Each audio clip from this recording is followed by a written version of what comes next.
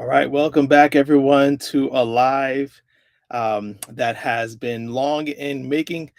We took a little break for about I think about 2 or 3 weeks, so I appreciate you guys who have been patiently waiting to us restarting, resuming our lives. I promise we'll be continuing every Monday at 7 p.m. to have our lives on diabetes 180. Okay, and so if you're watching this for the first time, welcome.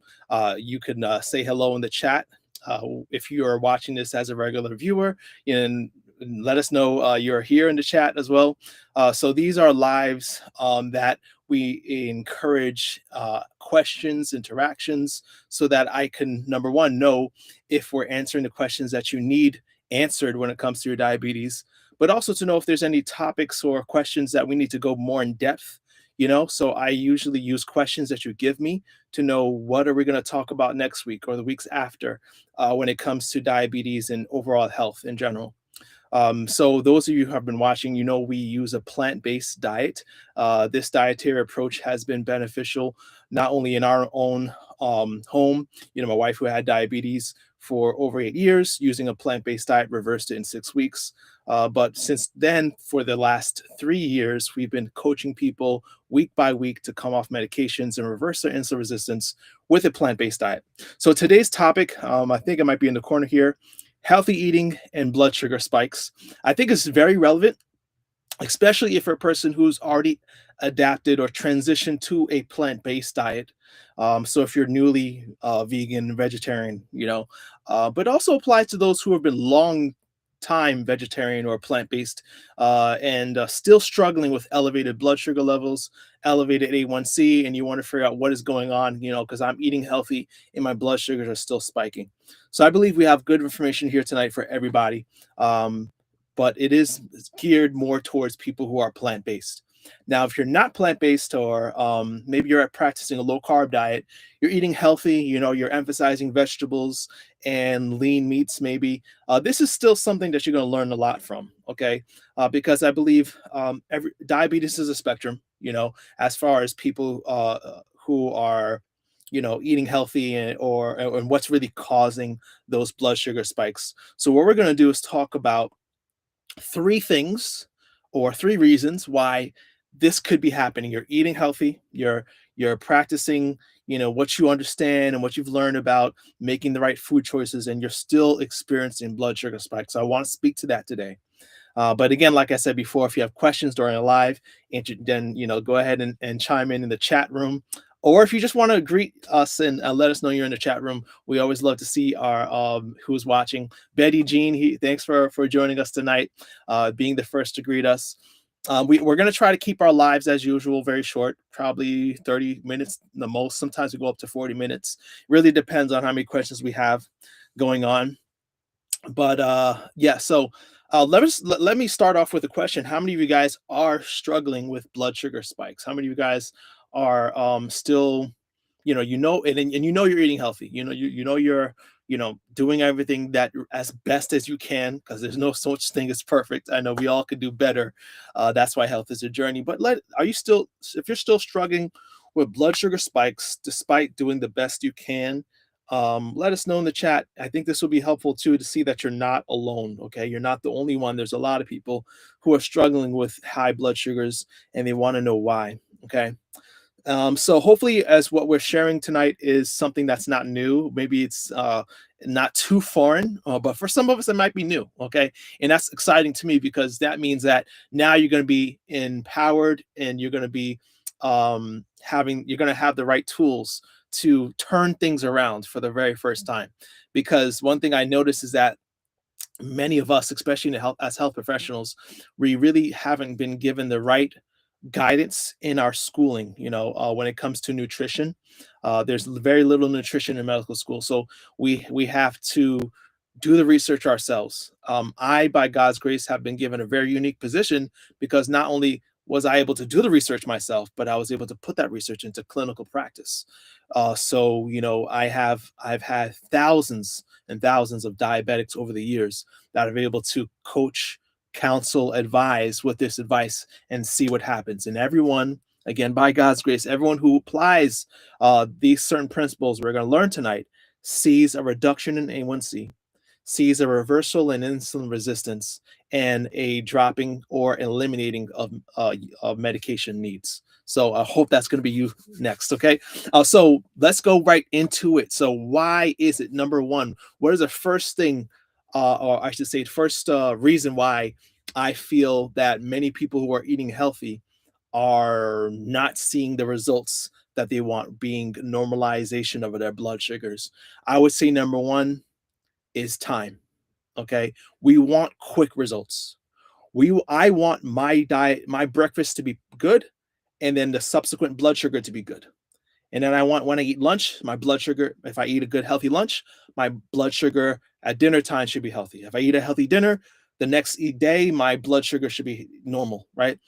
But it doesn't happen that way, right? We eat healthy, or sometimes it's like I haven't eaten anything all day. I take one meal and my blood sugar is high. What's going on? It takes time. It takes time. I want us to consider one thing. You did not become a diabetic overnight. On average, it takes up to 10 years to actually become a diabetic. What that means is that the process of developing diabetes, which we now know very well to be insulin resistance, takes up to 10 years before you actually become a diabetic. The process of developing diabetes, if you think of diabetes like a plant growing, from the surface, that root of diabetes has been growing inside you for about 10 years. This is actually a study published in the NIH by persons affiliated with Cornell University. And they state that insulin resistance is thought to precede the development of diabetes, type 2 diabetes, by up to 10 to 15 years. So I want you to think about this. We're expecting to change our breakfast, lunch, and dinner, right, for a few days or a few weeks and experience normal blood sugar levels. But that's not realistic, okay? Because you did not develop diabetes overnight. You developed diabetes over years. And so it's going to take sometimes several weeks, not just days, but several weeks before you see normal numbers. Because insulin resistance takes a very long time to develop. It can take a relatively long time to start seeing results. So if you've changed your diet and you're still seeing spikes in your blood sugar, just know that this is normal, but it will get better over time if you are consistent. The most important thing is consistency, not intensity. It's not how intense you change your diet, but how consistent day to day, regardless of the blood sugar spike. Some of us, unfortunately, are going to have to put the glucose meter away, to put the glucometer away, and just be consistent for at least 4 to 6 weeks. This is where I put in my own experience. So people who we coach through the years, usually, that's the first concern. They're in the program for 3 weeks, and like, Mr. Burtis, I've been applying all your principles. I've been eating low fat. I've been eating healthy. Avoiding saturated fats. I'm eating primary fruits and vegetables, whole grains, legumes, and my blood sugars are still high. And it's been 3 weeks. It's been 4 weeks. I tell them it takes time as long as you're consistent. And usually, for most, after about 5 to 6 weeks, that's when they start seeing results. For a lot of people, it doesn't even take that long. It maybe just a couple. I've seen people start seeing normalization of the blood sugars with a low fat, whole food, plant based diet we're going to describe soon, in just days. Some people it takes weeks. My wife, it took about 6 weeks. I remember she was about to quit. She said, and she was the first guinea pig. She was about to quit. 5 weeks in, she still had sugars in the 200s, and she's like, Lewis, it's not working. I guess isn't this diet or this lifestyle is not for me. But it took patience, and then for her, it was about that 6 week mark. Okay, yeah, I know we're used to taking Hannah. Yeah, right. It does make sense because we're so used to pills and medications and quick fixes and supplements and herbs. If I take this herb, this spice, this supplement, then my blood sugars are normal the same day I take it. That does not work with insulin resistance. It took years to develop. It's going to take some time to uproot the source. Don't look for quick fixes on this health journey. All right. You're going to see improvements. And then usually it's more like a stock market where you're seeing highs still, but over time, if you spread it over weeks, you see the highs start to go decrease, right? Like a stock market, just going down, down, down over time. So it takes time. That's number one. I think the first thing is patience. Okay. The first reason why we're eating healthy and still seeing blood sugar spikes is because we're not giving enough time for our diet to uproot the disease called insulin resistance. And it could take time. It doesn't happen over days, but weeks. All right. So number one, that's the first thing. Now I got to speak to the ones who are saying, now you let me know in the chat. I've been changing my diet for weeks. Actually, it's been months. I've been vegan, I've been vegetarian for months, and I'm still experiencing spikes. That's where we have to address the second most important thing when it comes to, now I should say before I talk about diet, there's a lot of factors. Okay, of course, weight, our age, our the diet we're changing from, how fatty a diet we had before we started the journey, where we carry our weight, family history, genetics. There's a lot of factors. Physical activity, how physically active you are. There's a lot of factors, but number one factor for sure is how much fat we're eating day to day, our dietary fat intake. And we're going to talk about this next. The second reason why many of us are still who are eating healthy still experience spikes is because we're not keeping measurement of fat intake. The one thing Diabetes Wendy says we need to measure to make sure that we are reversing insulin resistance, because one of the root causes of insulin resistance, which is the root cause of diabetes, is the storage of fat in tissues not designed to store excess fat.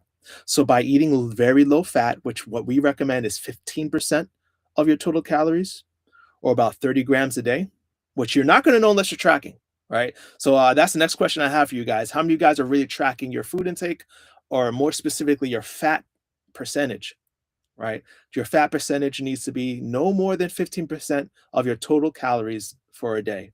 If you're doing that consistently, that's where we see results. Because I want to show some slides. We showed these slides a few weeks ago in one of our lives, the a 6-step process of how one becomes diabetic. So this is what happened. This is what we're trying to reverse. Okay. Step one, fat enters your blood before glucose. When we have fat, and a lot of us are used to, or we've been doing low carb, high fat, high protein, right? But even if you have not, right, many of us don't realize that most of our diets are too high in fat. Fat enters your blood before glucose does and has first dibs to our cells, as far as use for energy. Okay. Another thing that is important to note is that fat can enter your tissues without insulin. So glucose needs insulin to open the door. Fat does not. Fat can enter your tissues without insulin. Without the use of insulin, it goes in and becomes a source for energy use or energy storage.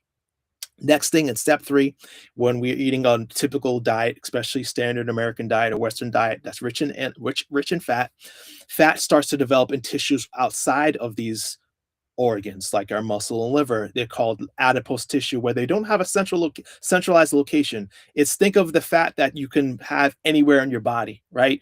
And we know about this fat, the fat we want to get rid of, right? That actually starts to develop and overdevelop because there's no cap to it, right? There are tissues that want to stay lean. That is mainly your muscles, right, and your liver, essential organs, right? But there's tissues that are made and designed with one purpose, and that is to store fat. Adipose tissue is everywhere, and that's part of the problem. Step four, this excess accumulation of fat inside vital organs, right? So we're talking about central adiposity, but also in peripheral tissues all over the body. They become inflamed. Normal fat cells swell up. They come to the point where they inflame and burst and rupture and create a process of chronic inflammation, which again sets the stage for insulin resistance. As we know, inflammation is closely tied to insulin resistance. And you can see how this is developed over years, why it takes so much time, right? And I want to pause right here and just realize the amazing body we have that God has created. Even our adipose tissue that we don't like is made for our protection, right? These processes of storing fat, of resisting insulin, even, right, because insulin is a fat storage hormone, is our body's way of prolonging diseases like diabetes. It's protective. This is why it takes so long to become diabetic. But unfortunately, though there are warning signs, a lot of them, they get undetected. So you go to the doctor year after year, he checks your A1C, he checks your blood sugar level, and it's normal, right? And then maybe after 8 years, you're pre-diabetic and it's still normal. You're not really checking your blood sugar because your A1C is a little up, but your blood sugars are normal, so you think you're okay. This is because this step-by-step approach takes time, as a body has protective mechanisms to keep diabetes at bay until it cannot. So by step 5, this is when the body has really ramped up its resistance against insulin, and it's prioritizing fat for energy, right? And please pay attention to this, because I'm going to put this together. And this is why, if you're already thinking about this already, this is why a low fat diet works, because it's reversing the very cause of diabetes. But in step 5, the second to last step, tissues are like our muscles again, are beginning to really resist insulin in preference for fat for energy. This is called a Randall cycle, right? Whenever there's excess storage of fat in the body says, well, since we have so much fat energy, let's resist the work. We're going to resist the work of insulin because we don't need glucose for energy. I hope that makes sense. So when there's excess fat in the body says, the tissues around the body start to resist insulin, because they say to insulin, we don't need the cups of sugar you're trying to bring into these cells, because we have enough energy in the form of fat. Insulin becomes resisted and the sugar stays in the blood, right? By this point, we get to the last step, where cells in the pancreas start to get stressed and overstuffed with fat. And these overstressed beta cells, which now have to try to overcome this insulin resistance by overworking, have to overcome the fat storage problem, the chronic states of inflammation. They get to the point where they rupture, and they also do what's called something very interesting: beta cell suicide. They start to die off, and the pancreatic function, pancreas's ability to produce insulin, decreases significantly enough for you to become a diabetic, right? You've got enough percentage loss of beta cell function that now it can't keep up with a normal intake of carbs. And this is why someone takes about 10 years before they actually become diabetic. So going back to the reason 1, we got to be patient. But at the same time, reason 2, we got to start tracking our fat intake. We want to keep it low. All right. How low? If you guys are paying attention, let me know in the chat. How low do we want? What is the percentage we want to keep our fat intake to reverse this process of insulin resistance? Let's know. Let's see if you guys are paying attention. Someone tell me in the chat. So it takes time. I should also pause and say, there are ways you could measure this insulin resistance before you're diabetic. So you can ask your doctor to check your insulin resistance by checking your insulin levels. So that's one blood test. There's also a very I guess sophisticated tests that can test for insulin resistance in other ways. So you could actually ask your doctor to check various tests to see if you are insulin resistant before you're actually, diagnosed with diabetes. We could discuss that in future lives. But the most important thing, if you're looking to reduce high blood sugars as a diabetic, is you have to track your fat intake. I cannot preach that enough. Okay. And so hopefully you guys are paying attention to that point. I feel like that if of all the reasons that we're going to discuss tonight, number 1, being patient, number 2, your fat intake, that is the most important one. That is really the most important one. Keeping your fat low, your fat percentage low. And over time, we'll start seeing less and less spikes if we're doing so. The next thing is fiber intake. Okay.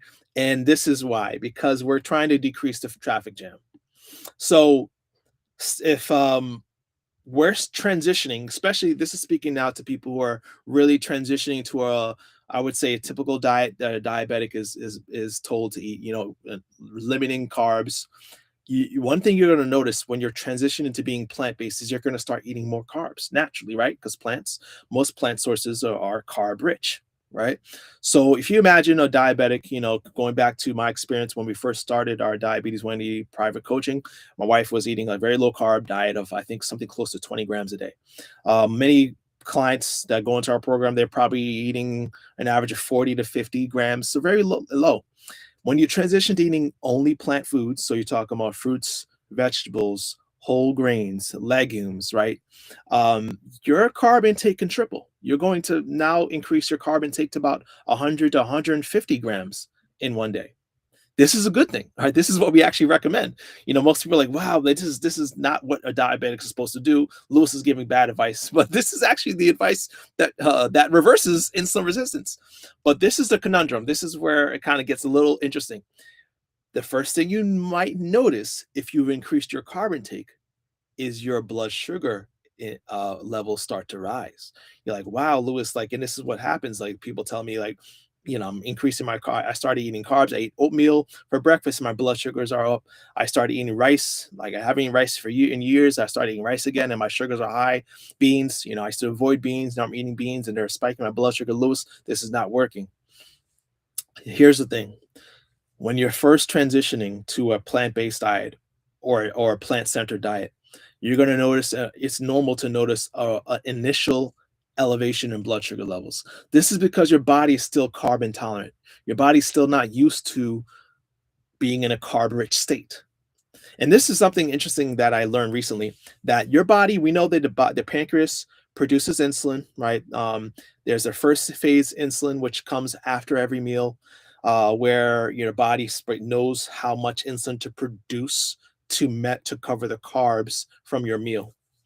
But there's actually something very interesting that the pancreas does. It actually um, creates insulin in advance in anticipation of your next meal. So if you've been eating very low carb, it kind of your pancreas can kind of make a rough estimate, if you will, of how much insulin it needs to produce. And it's almost like it docks it, or literally there's insulin docks or vesicles or granules in the pancreas surface that are ready, primed with insulin already made, right? Already prepared for the next meal. The analogy I can give is like a loaded gun, right?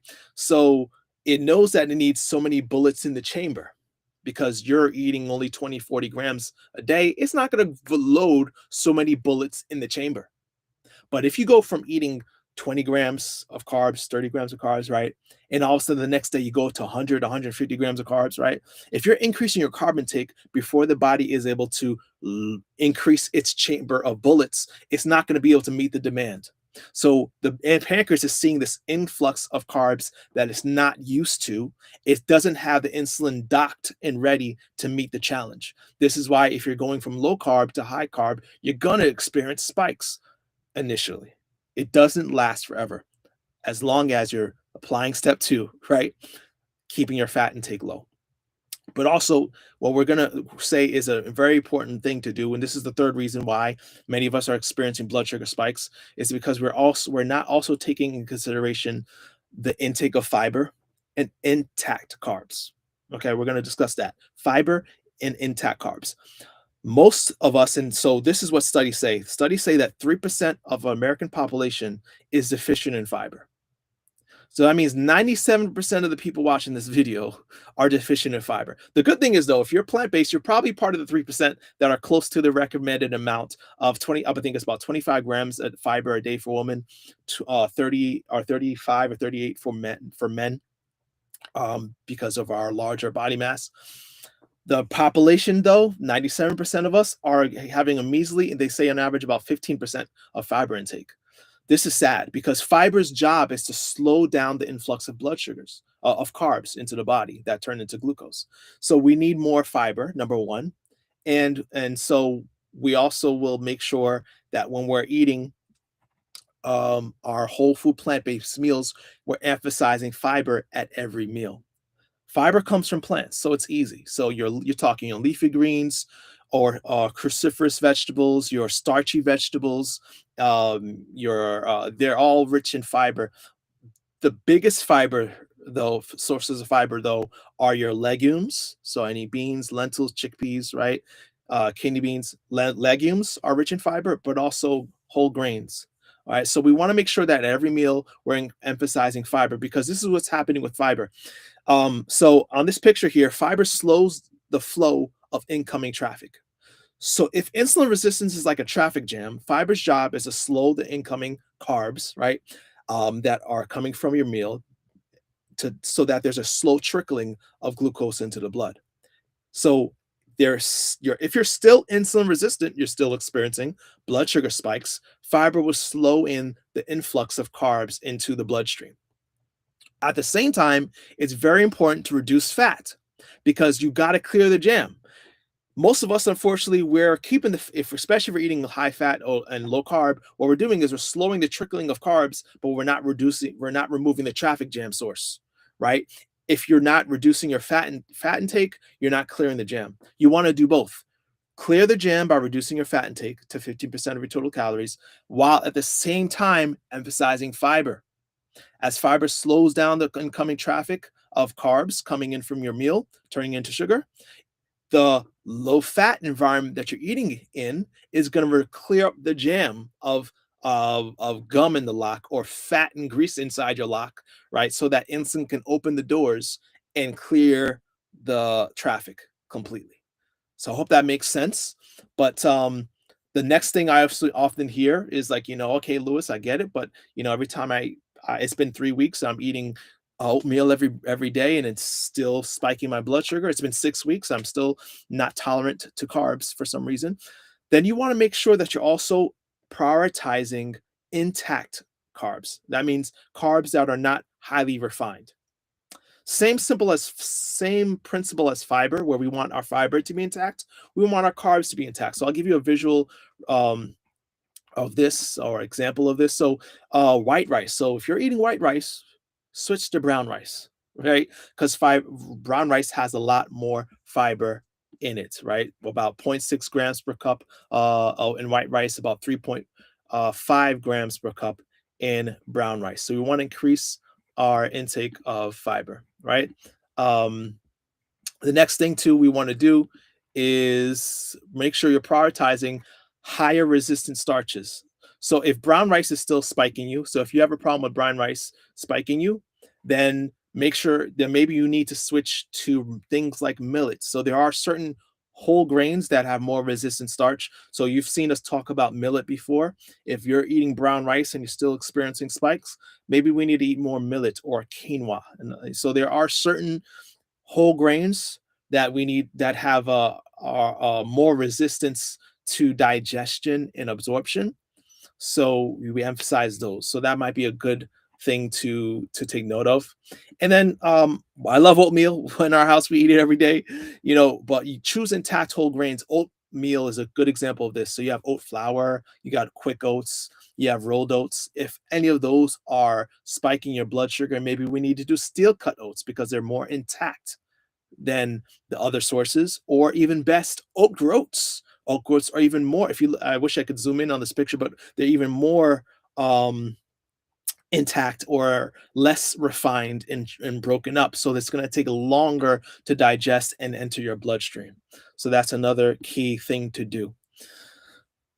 We went through that pretty quick. So number one, patience. It takes time to reverse insulin resistance. It didn't happen overnight. It's not going to go away overnight. Number two, and if you do anything at all, it's to track your fat intake and keep it low. And number three is to make sure you're emphasizing high fiber. So you're including fiber-rich sources in every meal and choosing intact whole grains in every meal. Or I should say, not every meal, in every day, right? And whenever you're choosing a grain to eat, make sure it's intact as possible. Okay. Christine says, I ate chia seed pudding for breakfast today. That's awesome. And what's is nice is, you can still eat higher fat sources like chia seeds and flax seeds, but you want to track your fat intake if you're still seeing spikes in your blood sugar, because there are certain plant sources that might be higher in fat. We want to make sure we are keeping track of, as it does affect how quickly we can clear up the traffic jam of fat storage that led us to insulin resistance and then diabetes. So that being said, I know there might be some of us who are saying to themselves, well, I've been doing this and I'm still struggling, or I'm trying to do this, I'm struggling to do it. You may need more help. You may need more support, and that's where maybe you need something more than these weekly educational lives that we open to the public, and you may need private help. This is what we designed Diabetes 180 private coaching for. At every live event we have, in the description section of our videos, there is a link you can use to sign up for a free call. There's no obligation in these calls. I'm happy to answer questions, just to get on the phone to answer questions.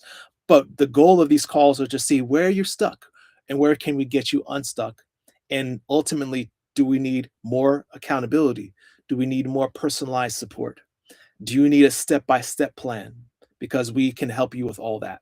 So if that's you, or if you know someone who's struggling, who needs this kind of support, this in-depth personalized guidance and accountability with step-by-step support, then check the links in our bio section and book yourself a call with our diabetes immunity private coaching program. For the last 3 years we've been in business, we've been helping people who are stuck just like you.